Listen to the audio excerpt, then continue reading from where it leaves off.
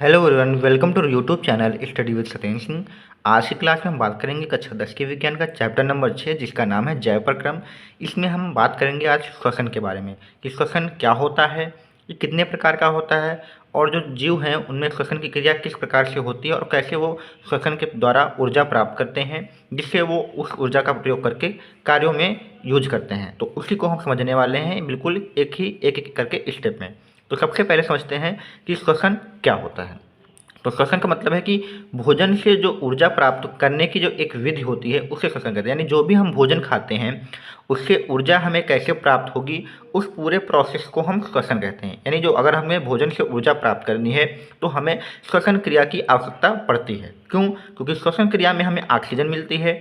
यह ऑक्सीजन हमारे कोशिकाओं के अंदर जाती है और भोजन जो हमारा है जिसमें ग्लूकोज पाया जाता है उसके साथ अंतः क्रिया करती है और उसके परिणाम स्वरूप हमें क्या मिलती है, ऊर्जा मिलती है और उसी के द्वारा हमारा जो होता है हम कार्य कर पाते हैं। तो श्वसन में हमारी जो ऑक्सीजन है वह काफ़ी इंपॉर्टेंट रोल अदा करती है। तो यहाँ पे दूसरा पॉइंट यही लिखा है कि कोशिकाओं में ऑक्सीजन का अंतर्ग्रहण होता है। यानी जितनी भी हमारी कोशिकाएँ हैं शरीर के अंदर उसमें ऑक्सीजन जाती है और जो हमारी ऑक्सीजन जाती है, जो ग्रहण की गई ऑक्सीजन होती है उसकी सहायता से हम क्या करते हैं, भोजन का ऑक्सीकरण व ऑक्सीकरण के साथ साथ क्या करती हैं, जो हमें ऊर्जा का निर्माण होता है। तो कहने का मतलब यही है कि जो भी हमारी ऑक्सीजन है वह श्वसन के द्वारा हमारी कोशिकाओं में जाती है और भोजन के साथ क्या करती है, ऑक्सीकरण की क्रिया करती है और उस क्रिया के परिणाम स्वरूप हमें ऊर्जा प्राप्त होती है। तो कहने का मतलब यही है कि जो भोजन से जो भी ऊर्जा हमें मिलेगी उस प्रक्रिया का नाम क्या हो जाएगा, श्वसन हो जाएगा। ठीक है।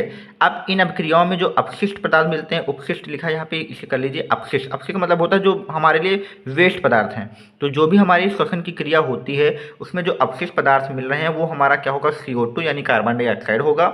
दूसरी चीज़ हमारी क्या होगी, जल होगी। तो ये हमारी जो चीज़ें होंगी वो हमें यहाँ पे अपशिष्ट पदार्थ के रूप में मिलेंगी। अब जो क्रिया होती है मैं उसको आपको यहाँ पे शॉर्ट में समझाता हूँ, बाद में हम इसके बारे में आगे डिटेल में चर्चा करेंगे। ठीक है। तो यहाँ पे मान लीजिए हमारे पास ये भोजन है जो कि हमारा कोशिकाओं के अंदर भोजन है। अब उसमें हमारी जो ऑक्सीजन जाएगी इस भोजन के साथ क्रिया करेगी और क्रिया के परिणाम स्वरूप कार्बन डाइऑक्साइड, जल और साथ में ऊर्जा बनाएगी और इसी ऊर्जा के द्वारा हम अपने कार्यों को करते हैं। ठीक है।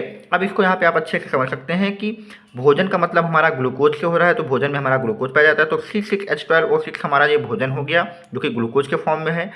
ऑक्सीजन के हमने 6 अणु ले लिए हैं, ये दोनों आपस में अंतः क्रिया करेंगे। क्रिया करने के बाद 6 कार्बन डाइऑक्साइड के अणु बनाएंगे और 6 जल के बनाएंगे, साथ में ऊर्जा निकालेंगे। तो आपसे अगर श्वसन की जो हमारी रिएक्शन है पूछी जाए तो आप इसको ऐसे ही लिखेंगे। ठीक है। अब हमने बात कर ली श्वसन होता क्या है। अब बात करेंगे कि श्वसन हमारे शरीर में या अन्य जीव जंतुओं में कितने प्रकार का हो सकता है। तो श्वसन बेसिकली 2 प्रकार का होता है। एक तो वायवीय श्वसन होता है, दूसरा अवायवीय श्वसन होता है। तो वायवीय श्वसन क्या होता है और अवायवीय श्वसन क्या होता है, इनको भी हम समझते हैं एक एक करके। ठीक है। तो यहाँ पर देखिए आपके सामने यहाँ पे सबसे पहले हम बात करने वाले हैं वायवीय श्वसन के बारे में। तो यहाँ जैसे इसके नाम में ही लिखा है कि वायवीय मतलब वायु के द्वारा श्वसन, तो ऐसा श्वसन इसमें होगा जिसमें हमें वायु का मतलब ऑक्सीजन की आवश्यकता होगी। तो जिसमें हमें ऑक्सीजन की आवश्यकता होगी उस प्रकार के श्वसन को हम वायवीय श्वसन कहते हैं। ठीक है। और इस प्रकार के श्वसन में जो हमारा ऑक्सीकरण होगा उसमें क्या होगा, ग्लूकोज का पूर्णतः ऑक्सीकरण होगा। मतलब जो हमारे पास वायु है और वायु जो होगी ग्लूकोज के साथ ऑक्सीकृत होगी और ऑक्सीकृत के बाद जो होगी कार्बन डाइऑक्साइड जल में विखंडित हो जाएगी, जो कि हमने आपको ऊपर बता रखा है। तो जो ऊपर एग्जाम्पल आप देख रहे हैं ये आपका वायवीय श्वसन का ही एग्जाम्पल है, क्योंकि इसमें ऑक्सीजन की उपस्थिति थी। तो ध्यान रखना है वायवीय श्वसन किसके द्वारा होता है, तो भोजन का जो भी वायु श्वसन होगा उसमें ऑक्सीजन की आवश्यकता अनिवार्य है। ठीक है। और इस पे जो बनते हैं वो मैंने आपको ऊपर बता रखा है। तो ये जो क्रिया होती है वायु श्वसन, ये मनुष्यों में और जितने भी हमारे जीव जंतु जानवर हैं उनके अंदर वायु श्वसन ही होता है। आगे हम वायु श्वसन की पूरी क्रिया को अच्छे से समझेंगे। पहले हम यहाँ पे अवायवीय श्वसन को भी हम डिस्कस पहले कर लेते हैं। ठीक है। तो यहाँ पे देखिए अवायवीय का मतलब होता है बिना वायु के।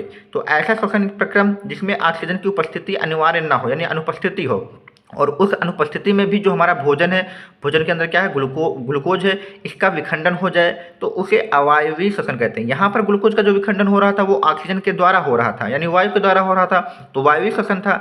यहाँ पर जो भोजन का विखंडन हो रहा है इसमें वायु नहीं है, फिर भी हमारा भोजन जो है यानी ग्लूकोज जो है उसका विखंडन हो रहा है। तो इस प्रकार के जो हमारा श्वसन है उसे हम अवायवीय श्वसन कहेंगे। ठीक है, उदाहरण के लिए हमारे पास कुछ जीव हैं जैसे यीस्ट है, बैक्टीरिया है, और कुछ बहुकोशिकीय जीव हैं जैसे एस्केरिस कहते हैं या गोल्डक्रमी जिन्हें भी कहते हैं। इन सभी में जो होता है वो ऑक्सीजन की अनुपस्थिति वाला श्वसन, अवायवीय श्वसन होता है। तो अब हम इसकी क्रियाविधि को अच्छे समझेंगे कि किस प्रकार से ग्लूकोज वायवीय श्वसन करता है और अवायवीय श्वसन में भाग लेता है और कैसे अपनी ऊर्जा प्राप्त हम करते हैं, उसको हम आज यहाँ पे आगे समझते हैं। सबसे पहले देखते हैं कि हमारा जो ग्लूकोज है इसका भिन्न भिन्न पथों के द्वारा कैसे विखंडन होता है, इसी को हम यहाँ पे समझने वाले हैं।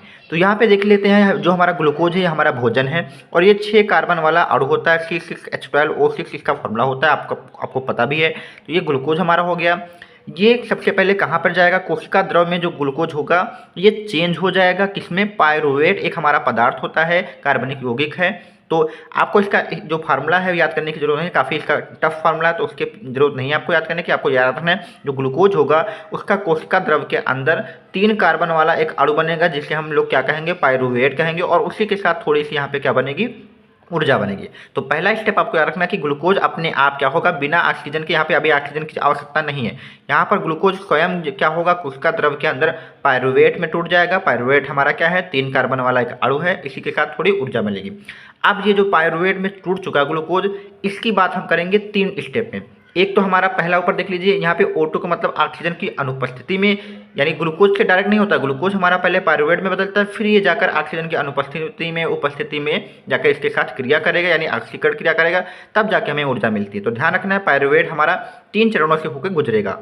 तो पहला चरण हमारा क्या है, अगर ऑक्सीजन की अनुपस्थिति हो, हमने आपका एग्जांपल बताया था, यीस्ट बताया था, ठीक है, तो यहीं पर हमने ऑक्सीजन की अनुपस्थिति में ईस्ट को एग्जांपल ले लिया। तो ये जो पायरुवेट हमारा 3 कार्बन वाला अणु है, ये ऑक्सीजन की अनुपस्थिति में जब क्रिया करता है, कोशिका द्रव के अंदर यहाँ पे क्रिया होगी, इसके बाद जो क्रिया करता है तो ये इथेनॉल और कार्बन डाइऑक्साइड और ऊर्जा का निर्माण करता है। तो ऑक्सीजन की उपस्थिति में आपसे क्वेश्चन पूछा जाएगा कि ऑक्सीजन की अनुपस्थिति में जो श्वसन होता है उसमें क्या क्या बनता है, तो आपका इथेनॉल बनता है, कार्बन डाइऑक्साइड बनती है और साथ में क्या बनती है, ऊर्जा बनती है। तो ये क्रिया किस में होती है, यीस्ट में होती है।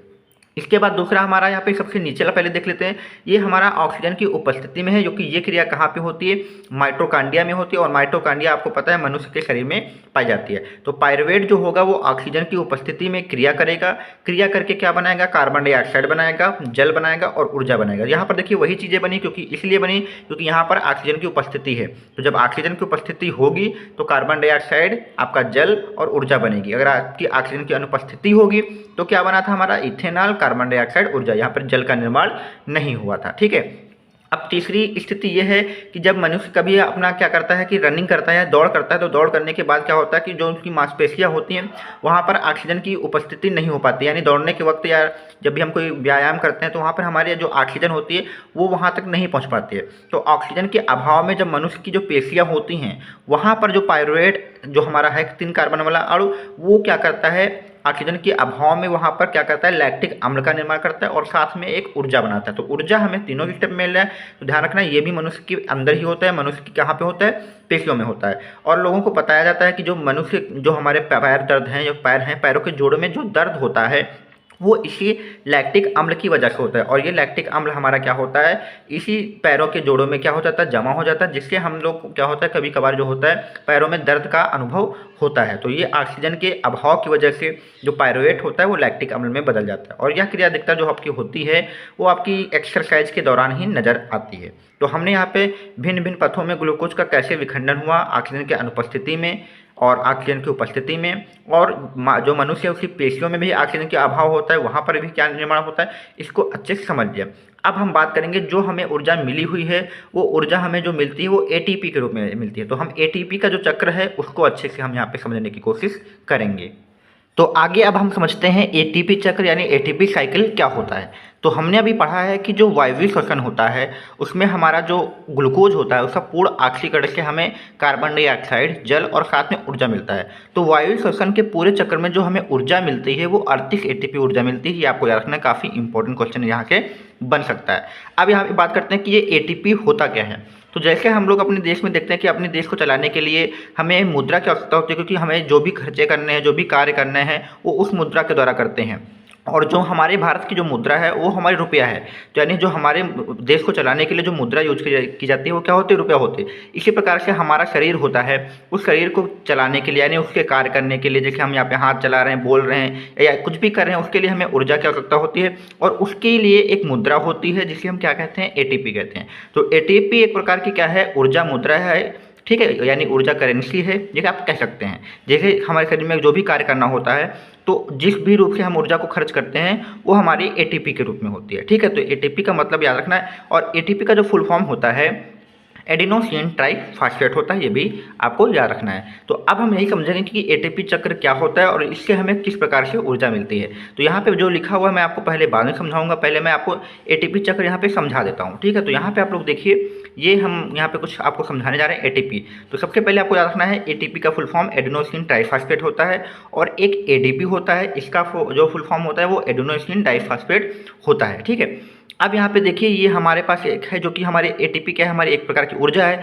और इस ऊर्जा का उपयोग हम क्या करेंगे, किसी भी कार्य को करने के लिए करेंगे, ठीक है। तो यहाँ पे देखिए, ये हमारे पास एटीपी का जो है यहाँ पे स्ट्रक्चर बना हुआ है। तो एटीपी का मतलब होता है इसमें एडेनिन होगा और टी का मतलब है ट्राइफॉस्फेट, यानी हमारे पास 3 फॉस्फेट होंगे। तो यहाँ पे देखिए, ये जो एक आकृति है वो एडेनिन की है और इसके साथ एक शर्करा जुड़ी होती है जिसे राइबोस शर्करा कहते हैं। और इसी के साथ यहाँ पे आगे बॉन्ड से यहाँ पे हमारे फॉस्फोरस यानी जो फॉस्फेट हैं वो यहाँ पे एक दूसरे से जुड़े होते हैं। और ये जो फॉस्फेट एक दूसरे से जिस भी बंध से जुड़े होते हैं इसमें बहुत सारी ऊर्जा होती है। तो इस ऊर्जा को हम क्या कहते हैं, ऊर्जा बंध कहते हैं। यानी जो बंध के बीच में जो ऊर्जा होगी वो क्या होगी, ऊर्जा बंध होगी। अब ये जो हमारा एटीपी है जो कि हमारे शरीर में ऊर्जा, जब जो भी हम ग्लूकोज का पूरा ऑक्सीकरण कराते हैं, जो भी हमें ऊर्जा मिलती है वो एटीपी के रूप में ही स्टोर होती है। यानी इसी के रूप में जो ऊर्जा होती है वो हमारे शरीर में स्टोर होती है। अब अगर हमारे इस एटीपी को अगर हम जल से क्रिया करते हैं, जो हमारे शरीर में जल होता है, जब भी हमें ज़रूरत होती है तो हमारा जो जल होता है वो इस एटीपी से रिएक्शन कर लेता है। और रिएक्शन के बाद क्या होता है कि जो हमारी एटीपी में जो ऊर्जा होती है वो उनके बंधों के बीच में होती है। तो जल क्या करता है, जो फॉस्फेट हमारे यहाँ पे 3 फॉस्फेट हैं जो कि एक दूसरे से बंध बनाए हुए हैं, उनमें से एक फॉस्फेट का बंध टूट जाता है और 2 ही फॉस्फेट एक दूसरे से बंध बना के रखते हैं। देखिए यहाँ पे ये एडेनिन हो गया, इसके साथ राइबोस हो गया और ये 2 फॉस्फेट हो गए और एक फॉस्फेट का बंध क्या हो गया, टूट गया। और उसके बंध के टूटने से क्या होगी, बहुत सारी ऊर्जा मुक्त होगी और इसी ऊर्जा का प्रयोग हम क्या करते हैं, किसी कार्य को करने के लिए करते हैं। अब बात करते हैं कि जो हमारे शरीर में कार्य होता है वो लगातार चलता रहता है। जैसे हम कुछ भी होता है, मांसपेशियों में काम है, प्रोटीन को तोड़ना है, यानी जितने भी प्रकार के शरीर के अंदर की घटनाएं हैं उसके लिए ऊर्जा की आवश्यकता होती है। तो ये ट्राइफॉस्फेट जो एटीपी है इसी के द्वारा ऊर्जा मिलती रहती है। अब ये भी हो सकता है कि हमारे पास जो एटीपी है वो ख़त्म हो सकती है, तो ऊर्जा कैसे मिलेगी, तो एटीपी ख़त्म नहीं होती है, उसका फिर से हमारा एक रूपांतरण होता है और जाके हमें एटीपी मिल जाती है। जैसे होगा क्या कि जो भी हम कार्य कर रहे हैं वो हमारे कार्य न रुकें, चलते रहें, तो एक प्रकार पूरा जो होता है साइकिल के रूप में कार्य करता है। तो हमने यहाँ पे समझा कि जो यहाँ पे एटीपी था इसका एक फॉस्फेट बंध टूटता है जिससे बहुत सारी ऊर्जा निकलती है और साथ में फॉस्फेट बंध भी अलग हो जाता है और क्या बनाता है, एडीपी एडेनोसिन डाइफॉस्फेट। यहाँ पे देखिए 2 फॉस्फेट एक दूसरे से जुड़े हैं तो एडीपी बनाता है। अब हमें ऊर्जा मिल गई है, हमने इसका उपयोग कर लिया है और भी हमारे शरीर में ऊर्जा की आवश्यकता होगी तो और भी एटीपी यहाँ पे उनके बीच के बंध टूटेंगे और ऊर्जा मिलेगी। अब हमारे शरीर में एटीपी खत्म ना हो जाए तो उसके लिए क्या होता है, जो हमारे पास जो एडीपी बना हुआ है, यहाँ पे क्या बना हुआ है, एडीपी। ये पुनः जो हमारे पास भोज्य पदार्थ होता है उसके अंदर ग्लूकोज जो कि भोज्य पदार्थ में हमें ग्लूकोज मिलता है उससे क्या करता है, एनर्जी के रूप में एक फॉस्फेट ग्रहण कर लेता है। तो जो एडीपी फॉस्फेट को ग्रहण करके फिर से यहाँ पे इसका किसका निर्माण कर देता है, एटीपी का। तो मतलब हमारा एटीपी से हमें यहाँ पे फॉस्फेट बंध टूटता है, उससे एनर्जी मिलती है और एडीपी बनता है और एडीपी फिर से भोजन में जो हमारे फॉस्फेट बंध मिल जाते हैं उसको फिर से ग्रहण कर लेता है और फिर से एटीपी बना लेता है। तो ये साइकिल जो होता है एक प्रकार से चलता रहता है और इसी के द्वारा क्या होता है, हमारे शरीर में ऊर्जा का जो होता है अवशोषण या ऊर्जा जहाँ जहाँ जरूरत होती है उसको हम कंज्यूम करते रहते हैं, ठीक है। तो जो हमारा यहाँ पे एटीपी से एडीपी हुआ है इसमें ऊर्जा मुक्त हुई है क्योंकि हमें ऊर्जा एनर्जी लॉस हुआ है, उसे हम ऊष्माक्षेपी कहते हैं। और यहाँ पर हमारा एडीपी से फिर से एटीपी बन गया, मतलब फिर से हमें ऊर्जा एकत्र कर ली है, उसे हम क्या कहते हैं, ऊष्माशोषी प्रोसेस कहते हैं। तो ये हमारा था एटीपी चक्र। इस एटीपी चक्र का मतलब यही है कि जो भी हम एनर्जी खत्म करते हैं वह हमें पुनः किसी न किसी माध्यम से मिल जाती है। इससे ये क्या होता है, ये पूरा साइकिल जो होता है चलता रहता है, ठीक है। अब मैं यहाँ आपको पढ़ के बता देता हूँ कि मैंने यहाँ पे इसमें क्या लिखा हुआ है। ठीक है। तो यहाँ पे ये लिखा कि भोज्य पदार्थों के आक्सीकरण के दौरान उत्पन्न ऊर्जा हमारी एटीपी के रूप में हमारे शरीर में संचित हो जाए, यानी जो भी भोजन होता है उसका आक्सीकरण होता है वायु श्वसन या अवायु श्वसन के, उसमें जो ऊर्जा मिलती है वो एटीपी के रूप में हमारे शरीर में संचित हो जाती है। तथा जब हमें किसी कार्य को करने के लिए ऊर्जा की आवश्यकता होगी, जब यानी जब भी हमें कोई कार्य करना होगा उसके लिए हमें एनर्जी की आवश्यकता होगी, तो ये एटीपी जो होगा वो जल से क्रिया कर लेगा और क्रिया करके क्या बनाएगा, एडीपी में परिवर्तित हो जाता है। और उसी दौरान क्या होता है, बहुत सारी ऊर्जा क्या होती है, मुक्त हो जाती है।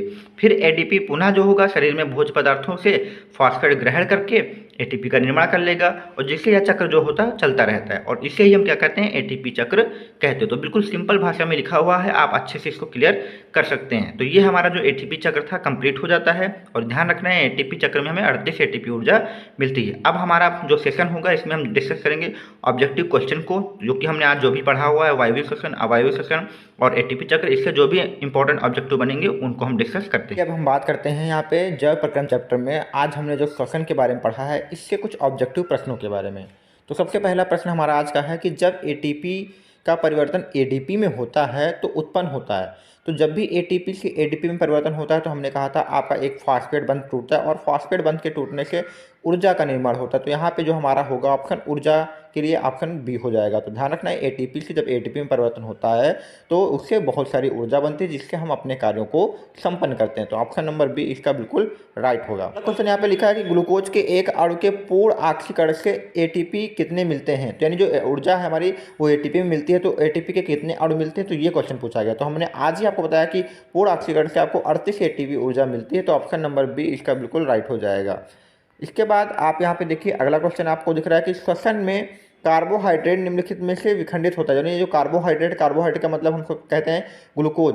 तो कार्बोहाइड्रेट जो है वो किस रूप में विखंडित होता है। तो ग्लूकोज का हमने देखा था, ग्लूकोज जो होता है हमारा वो ऑक्सीजन से क्रिया करके कार्बन डाइऑक्साइड और जल बनाता है। तो यहाँ पे जो कार्बोहाइड्रेट है वो किस में टूटेगा, आपका कार्बन डाइऑक्साइड और जल में आपका विखंडित हो जाता है। तो ऑप्शन नंबर यहाँ पे बी बिल्कुल इसका राइट हो जाएगा। लिखा है इनमें से किस में ऊर्जा का उत्पादन होता है। तो ऊर्जा का उत्पादन किस में होता है, तो श्वसन प्रक्रिया में हमने आप देखा कि जो होता है ऊर्जा का उत्पादन होता है, जो कि ऊर्जा का उत्पादन एटीपी के रूप में होता है। ये आपको हमने आज बताया हुआ है। तो इसका ऑप्शन नंबर ए बिल्कुल राइट हो जाएगा। क्वेश्चन है कि निम्न पादप अंगों में से कौन सा अंग श्वसन अंग नहीं है। तो पादपों में जो श्वसन अंग का कार्य है वो हमारा पत्ती के द्वारा होता है। कौन से के द्वारा होता है, तो पत्ती के द्वारा होता है। तो इसमें से यही पूछा गया कि श्वसन अंग है, हमने आपको नहीं बताया तो गलत है। अंग पूछा गया कि कौन सा है, तो पत्तियों के द्वारा ही प्रकाश संश्लेषण होता है और वही इनका श्वसन अंग होता है, क्योंकि पत्तियों में ही आपका क्या पाया जाता है, स्टोमेटा पाया जाता है। स्टोमेटा के अंदर ही छोटे छोटे छिद्र होते हैं जिनसे यहाँ पर इनकी श्वसन की क्रिया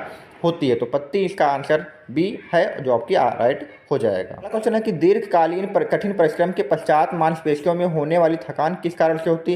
तो ये भी मैंने आपको बताया था कि इसमें जो आपका होता है लैक्टिक एसिड का निर्माण हो जाता है। ऑक्सीजन के अभाव में आपका जो पायरुवेट अम्ल होता है वो टूटता है लैक्टिक एसिड में, इसी के द्वारा जो होता है आपके मांसपेशियों में क्या होती है, थकान का महसूस होता है। तो ऑप्शन नंबर यहाँ पे डी बिल्कुल इसका राइट हो जाएगा। क्वेश्चन पूछा गया कि कौन सा वायवीय और अवायवीय श्वसन में समान है। तो वायवीय श्वसन हो या अवायवीय श्वसन हो, तो सबसे पहले जो ग्लूकोज होता था उसका एक विखंडन जो होता था वो पायरुविक एसिड में होता था। तो पायरुविक एसिड जो होता है हमारा, ये हमारा सबके लिए क्या होता है, समान होता है। तो ध्यान रखना ऑप्शन नंबर सी इसका राइट होगा। कि पूछा गया कि एटीपी है, तो एटीपी हमने आपको बताया था एक ऊर्जा का जो फास्फेट बंध बने होते हैं वो एक प्रकार की ऊर्जा होती है। तो यहाँ पे ऑप्शन नंबर सी देखिए उच्च ऊर्जा सहित फास्फेट बंध का एक अणु है। तो यही ऑप्शन सी इसका बिल्कुल राइट होगा। अगला क्वेश्चन है कि किसके ऑक्सीकरण के द्वारा उत्पन्न ऊर्जा को श्वसन कहा जाता है। तो ग्लूकोज के ऑक्सीकरण के द्वारा जो उत्पन्न ऊर्जा है उसे हमें क्या कहते हैं, जो श्वसन कहते हैं। तो ये ऑप्शन सी इसका राइट होगा।